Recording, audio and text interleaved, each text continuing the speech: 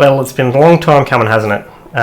This whole channel kind of is introduced with imagery of a red Mitsubishi Sigma done up with the Spice Girls livery, going around a track, and then we smash into me talking in action. So what if we said, now we actually can take a Mitsubishi Sigma around a track, and it is indeed a GJ Mitsubishi Sigma Wagon. It's what it's inspired by. It's a homegrown mod. The quality is not really there, but it is what it is. It's got a power curve modelled on real life. The handling physics are a bit crap. And there's, a variety of colours you can drive around in, and you can take this out onto any track and smash Sigmas against other like-minded individuals. So if that doesn't appeal to you, I don't know what's going to. Let's take a look at it. Right, so here we have a Mitsubishi Sigma. So let's talk about some colours. You can have Ankara red, so this is kind of that darker, duller red. Bearing blue. Now this is meant to be, I think, kind of the metallic-y blue. We had the bright red, which looks kind of a lot like mica red. We have the brown, cappuccino brown. We have Chamonix lavender. Now I'm not sure that the GJ Sigma was actually released in this colour, but I've seen people paint them that colour. We have China blue. We have Kaiser silver. Look at it, doesn't it just scream Emperor of Germany? Next up, we have Lawrence green. This one is meant to be light ginger, and I think the problem I have here is I've made it too light, and it looks almost like a Super Saiyan Uzaru, from Dragon Ball GT. In terms of colour, it should be that more kind of brownish gold colour. We'll get that right eventually. And that's it. Now, when I say we'll get that right eventually, what I'm talking about is this is my work. This is my horror mindscape creation. We have no one to blame but me, and it's glorious. It's exactly what I wanted it to be. Well, it's not quite as exactly what I wanted. It has a few hiccups, but it works. It has a tailpipe even. Look at that tailpipe action. Hot tailpipe action. Tread on the tyres. It's fantastic. And you can go and get this from Race Department if you want to go and see it. Have a go with it yourself and just marvel at the horror that this wonderful car is. So I think it's about time we had a bit of a look through the cockpit and got some racing happening. So let's take a crack at that. So we'll just cycle through the camera views. Obviously we have a chase cam.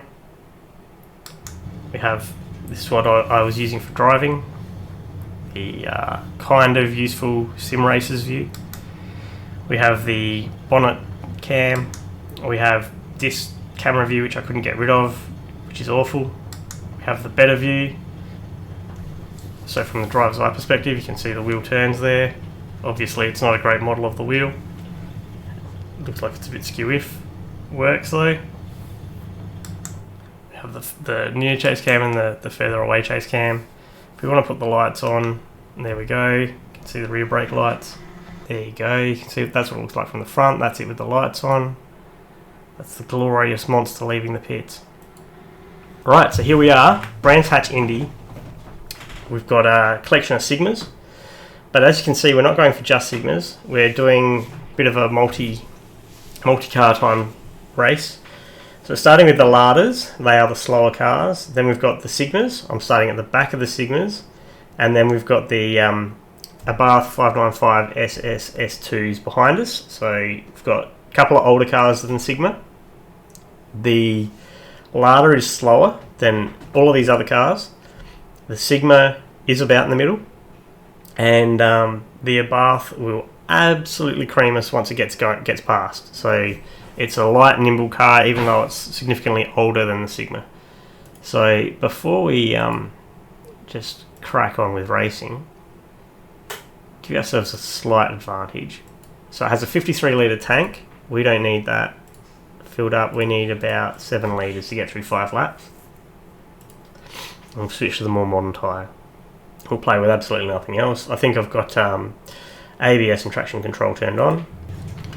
So on the line, maximum revs, clutch in, don't change down, change up to first, wait for the lights. There we go. That's as good a start as I can get. Now we just want to cut to the inside line. We want to get past as many as we can before T1. We're going to get boxed in a bit. That'll do. That's good enough. Catching some ladders. I can see there's a Sigma ahead of us. I can hear a buzzy boy. It's a good place to start breaking a Sigma. Turn it in. Pump this one in front of us. Up to third. Brake a little bit before the board. Change down, turn it in. Ooh, this is going to be penalties. No, I can't remember if we've got penalties on or off. Must have them off. Got away with that.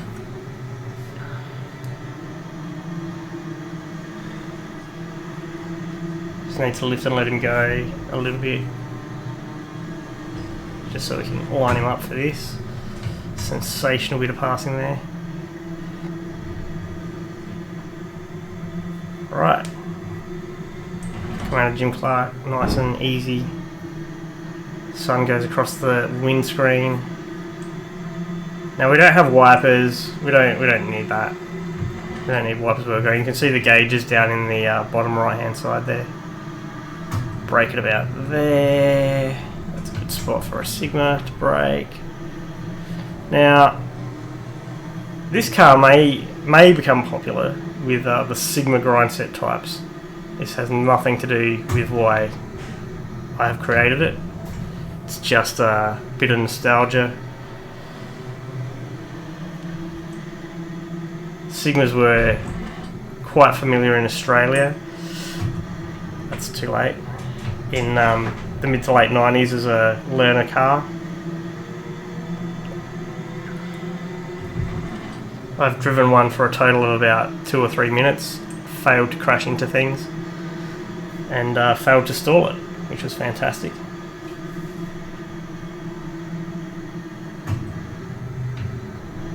So what am I in second? At the end of lap 2, that's pretty good. I'm deeply concerned about where the buzzy boys are behind me. So those Abarths, like once they clear the traffic, they will side pass. I have no defences for them. You can see it struggles with speed. It sounds like it's got asthma. That's actually pretty good there. Oh, don't get on the gravel. Gravel is not my friend. Just have to kind of slowly ease my way into blocking that guy. When you downshift, you want to make sure you're at least 10 k's below the maximum speed of the car in that gear, or it'll just step out. Kind of like that.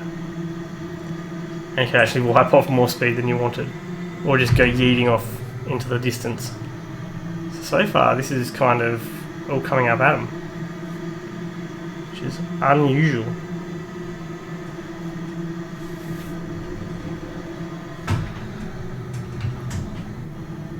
So, you know, everyone else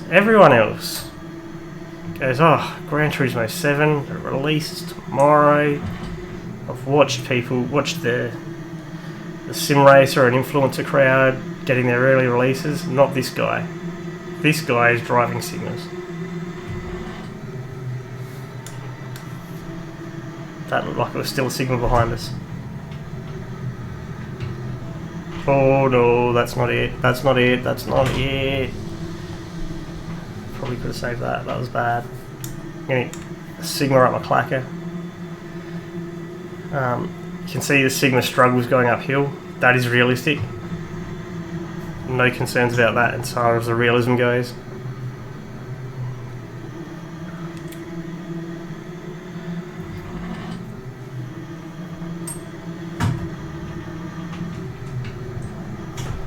That's stepping out again. Oh no, that's a buzzy boy. Alright, so we've lost the lead to a buzzy boy. and they can absolutely cream us now. I'm not going to see that car, I'm not going to get past it.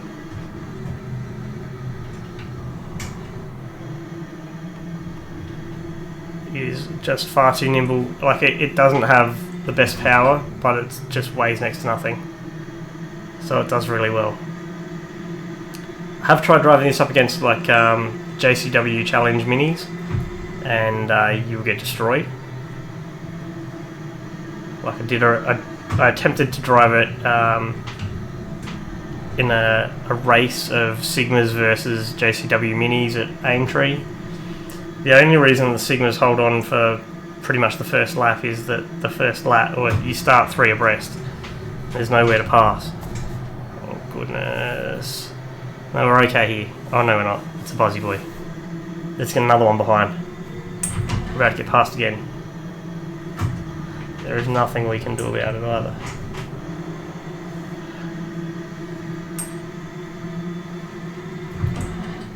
That asthmatic whine of the car. It's glorious.